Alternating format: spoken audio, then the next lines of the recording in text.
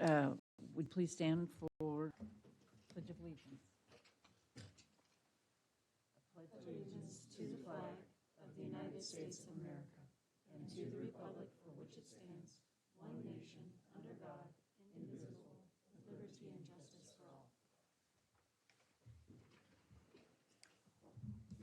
Will the clerk please call the roll?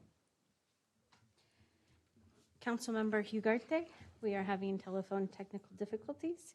Councilmember Carey. Present. Chilson. Present. Hutchings. Present. Ruffridge. Here. Vice Mayor Parker. Present. You have a quorum. Thank you. Moving on to approval of the agenda and consent agenda. May I have a motion to approve the agenda and consent agenda? Oh. Go ahead. I'll second. I move we approve the agenda and consent agenda. Thank you, Councilmember Carey, and second by Councilmember Hutchings. Are there any changes to the agenda or consent agenda? Seeing none, would the clerk please read the consent agenda? Thank you, Vice Mayor Parker. Approval of the June 23rd, 2021 council meeting minutes. New business ordinances, ordinance 2021-14, amending Soldotna Municipal Code 4.12.040, determination of eligibility of candidates to identify how a candidate's eligibility is determined and provide a process for qualified voters of the city to question the eligibility of a candidate. Introduced by the city clerk, public hearing on July 28th, 2021. New business other, action memorandum 2021-10, requesting an excused absence from the July 28th, 2021 regular council meeting from Council Member Parker. Action memoranda 2021-11, directing the administration to sponsor 2 city representatives to attend the Conference of Young Alaskans, brought to you by the mayor. And that is your consent agenda. Thank you. Are there any public comments, anyone wishing to comment on any of the items just read by the clerk? Please come forward and state your name and address. Hello, I'm Quentin Cox. My address is 237 West Street Ave. I would just like to say thank you for considering us, which me and Jackson Blackwell, or thank you for considering sponsoring us for this. It sounds like it's going to be fun. Are there any questions for former Councilmember Cox? We wish you well in Fairbanks, and I see great things coming from this conference. So thank you. Anyone else wishing to comment? Seeing none, we will now move on to, are there any council objections to approving the agenda and consent agenda? Seeing none, let's move on to item number 4, public comments and presentations. Are there any members of the public who would like to speak on any item not appearing on the agenda? Seeing none, let's move on to the Assembly Legislative Report. Are there any representatives from the borough or the state in attendance who would like to speak this evening? We do recognize that Assemblymember Cox is here this evening, and thank you for being here tonight. Moving on, that takes us to new business. We have Resolution 2021-032, adopting the City of Soldotna 5-year capital plan for fiscal years 22 through 26. May I have a motion to adopt? Thank you, Councilmember Hutchings. Is there a second? I'll second. Thank you. Can we have a report from the administration, please? Thank you, Vice Mayor Parker. This is the follow-up to the subject of the work session today, which was to present the administration's proposed update of the 5-year CIP. The resolution in front of you would reference this attachment, which can be adopted or amended at the council's discretion tonight, and would give us the planning document outlaying capital expenditures over the next 5-year period.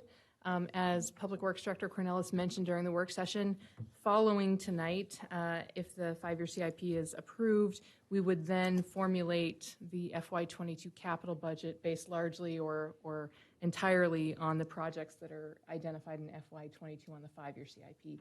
And that would come to you as an ordinance at an upcoming council meeting. And that concludes my report.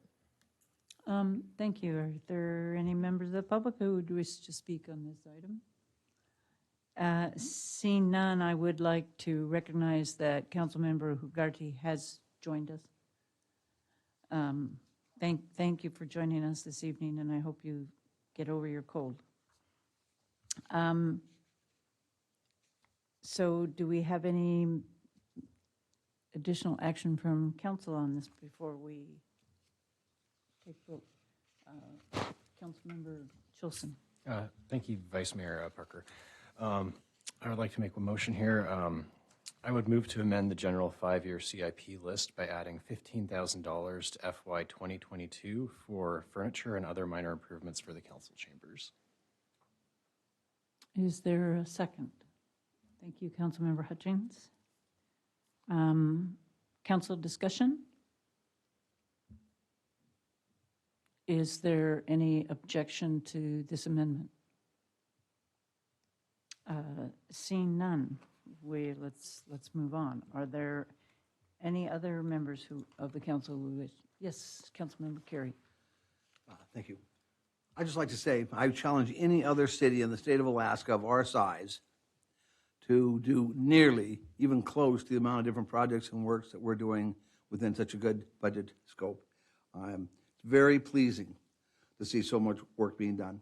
And I'm really pleased to see the 5-year plan. I'm glad we went through the 2-year budget, and just the whole list of projects we went through this afternoon just speaks very well for the city and for the leadership of the city. Thank you. Any additional? Yes, Councilmember Ruffridge. Thank you, Vice Mayor Parker. I would make a motion to amend the 5-year CIP list to move from fiscal year 2023 the Arc Lake improvements for $60,000 to fiscal year 2022 in order to get that project off and running a little bit this winter and maybe more next summer, if that's okay. I'll second that. Council discussion.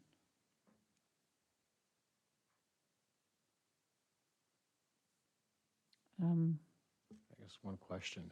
Are there any concerns for, sorry if I may. Go ahead. Just to administration, are there any concerns about capacity to do this? We don't have any concerns, and if that project were bumped forward, we would get started on it with the bigger scope this year. Excellent. Any other comments on the proposed amendment? Is there any objection to the proposed amendment? Seeing none, the amendment has passed. Are there any additional council member comments or amendments? Seeing none, may we have the vote? Councilmember Carey, Yes. Chilson, Yes. Hutchings, Yes. Ruffridge, Yes. Hugarte. Yes. And Vice Mayor Parker. Yes. You have 6 yes votes. With a vote of 6 yes, no, 0 no's, Resolution 2021-032 has passed.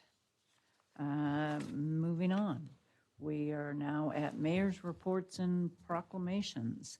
There are no proclamations and no report from the mayor. I know we hope he feels better soon. We will go to reports on boards and commissions. Councilmember Ruffridge, Planning and Zoning Commission. Thank you, Vice Mayor Parker. Planning and Zoning Commission, pretty sure might have set a record for shortest meeting time ever. I was 3 minutes late to said meeting, and it was over 4 minutes after I arrived. They voted on one replatting to combine two pieces of property at the request of the owners, and they approved that unanimously, and then they were done. So very short report. Thank you. Any questions for Mr. Ruffridge? Seeing none, we will move on then to the city manager's report. City manager. Yes, The Library Commission has canceled their meeting coming up, yes, so just to be sure that, yes, yes. We were going to announce that later.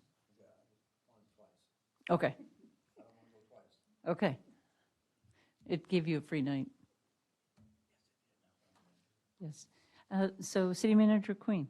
Thank you, Vice Mayor Parker. A couple of things to update you on. We are, as I mentioned earlier, continuing to advertise for the building official position in our Public Works Department and for the utility manager position. We have engaged a recruitment firm to assist us with the utility manager search, and we've been coordinating on those marketing materials.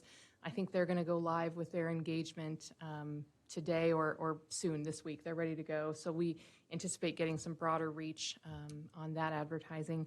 Regarding the building official position, we had a meeting yesterday, Mr. Cornelis and I, with the state fire marshal and deputy fire marshal, as well as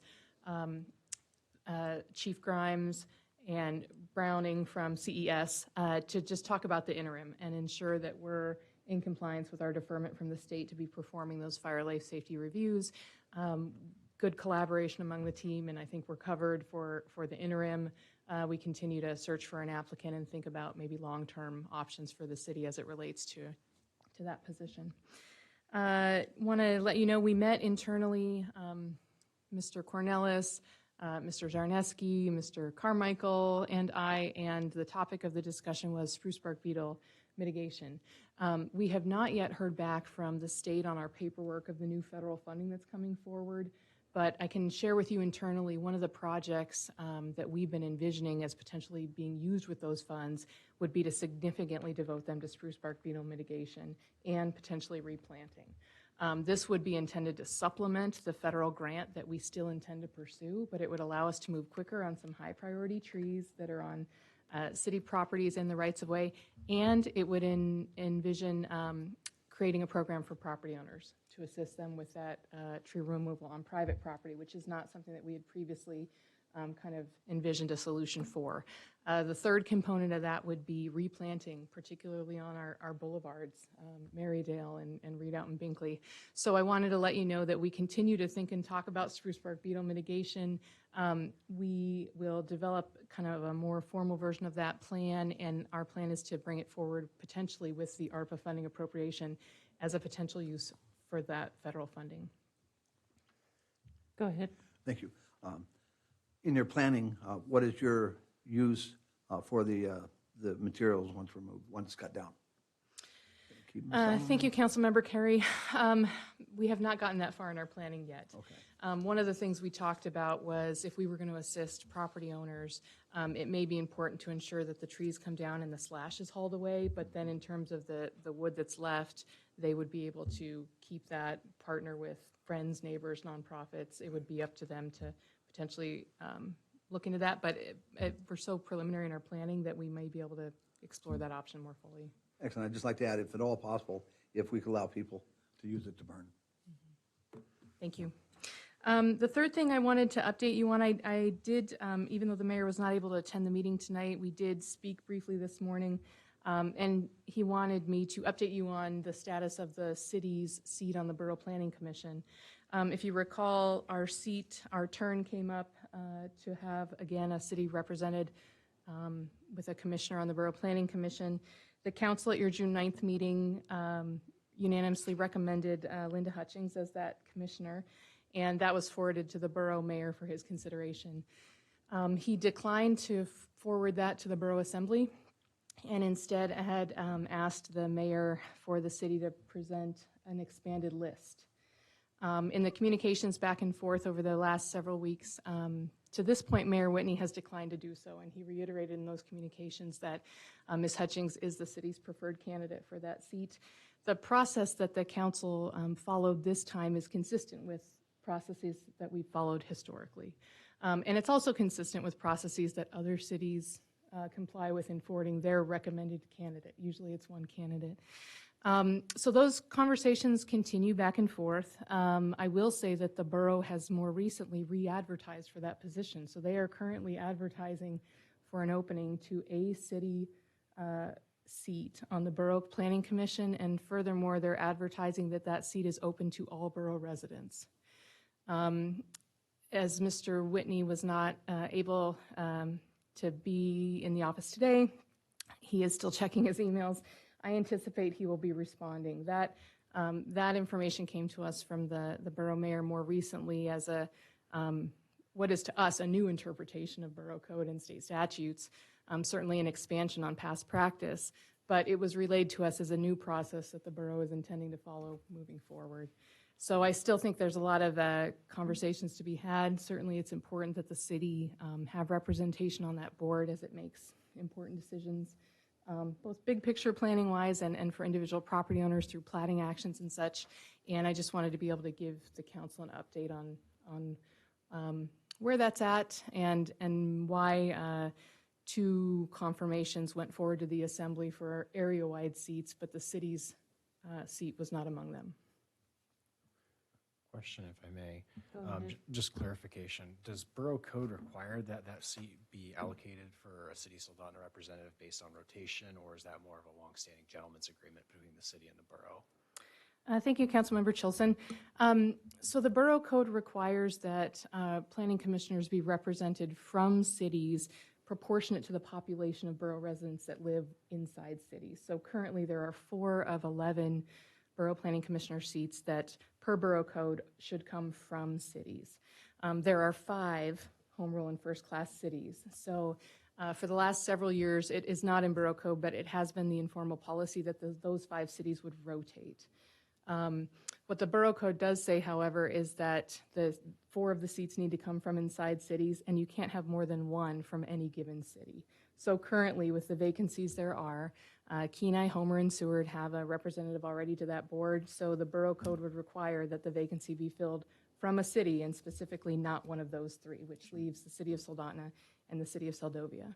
So as to the process of filling those seats that are allocated to the cities, has it historically been the decision of the legislative body in each city to make a recommendation on that, or has the borough had the ability to just take an applicant from within that city regardless of the council's desire to put someone on that body? Thank you for the question. State statute and I think borough code both reflect that within the incorporated cities, the recommendation comes from the council of the city. It is then forwarded to the borough mayor, who historically and per process in the code forwards it to the assembly for confirmation. So we're in somewhat new territory in the current decision not to forward the recommendation. Okay, thank you. So any additional questions? So I had one, Manager Queen. The borough attorney was going to be retiring the end of June. Has she retired, and is there an acting borough attorney at this time, or has somebody been put in that position? Thank you, Vice Mayor Parker. I'm not aware if there's an acting borough attorney at this time. I would have to look into that. I do know that Colette Thompson, the previous borough attorney, has retired, and that the borough is currently advertising that position to be filled. Okay. Oh, from my standpoint, having been the planning director in the past and worked closely with the Planning Commission, I think it's important for the city of Soldotna to stand its ground and continue to advocate that the city of Soldotna representative on the Planning Commission come from within the city limits and be somebody that has been approved by the city council. To stick with code. So, thank you, Eric. Thank you, and that concludes my report. Okay. So I see no members of the public here to make any additional public comments. So we will move to council comments, and we will start with Councilmember Hugarte. I'm sorry I wasn't able to be there today. I know I don't have COVID. They told me I did it, but I just didn't want to be there and sneezing and coughing. So I apologize. But thank you all for everything that we're doing for the city. And thank you for keeping your cold to yourself. So, any questions for Councilmember Ugarte? Seeing none, we will start with Councilmember Hutchings. Council comments. Well, I'm sorry I'm causing all of this grief for the city council just because I wanted to be on planning and zoning. So anyway, I think it's a great afternoon. We've had a quick meeting, we learned a lot, and it's time to go party. Thank you. Councilmember Chilson, and congratulations on your marriage. Thank you. Just a quick one here. I had a pretty lengthy conversation with one of our city residents about some issues they're having with observing teenage vaping, I guess, on some of our city properties and parks. And they had requested that we take another look at some of the signage that we have in there. I think their main complaint was that we have a good number of signs that say no smoking, but not as much emphasis on including vaping in that prohibition. So just wanted to pass that on to the city administration. That's it. Thank you. Thank you. Councilmember Carey. Good to be here. Thank you. Councilmember Ruffridge. Yeah, I want to thank Kyle for the great work on the CIP. Once again, I agree with Councilmember Carey. It's exciting to see the upcoming projects and know that we have a good outlook ahead of us for a lot of maintenance and new items and a lot going on. John left, so I'll say a quick item. I really appreciate the amount of effort going into just a short growing season and making our green spaces green and flowery and all of the things that just make it a pleasure to drive down the main roads. It's the little things sometimes that make it nice to live here, and I appreciate that. So make sure John has a reason to listen to this later. Thank you. And my comments will come to, I periodically look at the school district's website that tracks COVID and where we're at in terms of risk. And within the 3 regions that they have, the arrow was almost at the bottom of green. We were almost down to 0. And now we're back up in intermittent. So for those people who haven't been vaccinated, you might want to look at getting vaccinated, and please be careful, everyone, because the numbers are going up, and that is unfortunate. So executive session, moving on, there is none. Meeting announcements, as was mentioned, the July 19th Library Advisory Board meeting has been canceled. The next City Council meeting will be July 28th at 6 p.m. With no further business to come before the City Council, we are adjourned, and thank you.